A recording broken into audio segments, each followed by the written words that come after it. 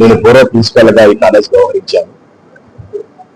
అయితే అదీప్ భానోజీరావు గారు కరస్పాండెంట్ గా వైస్ చైర్మన్ కాలేజీకి వచ్చిన తర్వాత మొట్టమొదట ప్రిన్సిపల్ గారు మన కాలేజ్ పరిస్థితి ఏంటి, మనం ఏం చేస్తే బాగుంటుందని చెప్పేసి మాట్లాడటం జరిగింది. ఆయన చూసిన మేరకు మరి నేను ప్రిన్సిపల్ గా వ్యవహరిస్తూ ముఖ్యంగా క్లాస్ రూమ్స్ రెనోవేట్ చేస్తే బాగుంటుంది అనే ఉద్దేశంతో అలుమ్ని అసోసియేషన్ అప్రోచ్ అవడం వల్ల పూర్వ విద్యార్థి సంఘం ముందుకొచ్చి అందులో ముఖ్యంగా సివి సుబ్బారావు గారు ముందుకొచ్చారు. అంతకంటే ముఖ్యంగా ముందు నాకాని శ్రీనివాసరావు గారు ముందొచ్చి 3 లక్షల రూపాయలు ఇతోటకంగా ముందు డొనేట్ చేసి అకౌంట్ ఓపెన్ చేసి వేయడం జరిగింది. అది భానోజీరావు సారు అందులో 5,000 రూపాయలు ముందు వేశారు.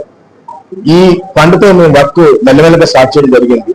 తర్వాత సుబ్బారావు గారు ఎప్పటికప్పుడు వచ్చి పరిశీలన చేసి ఈ క్లాసు ఎలా కాదు చాలా బాగా తయారు చేయడం ఉద్దేశంతో టోటల్ గా 70 లక్షల రూపాయలు విరాళం ఇవ్వడం జరిగింది.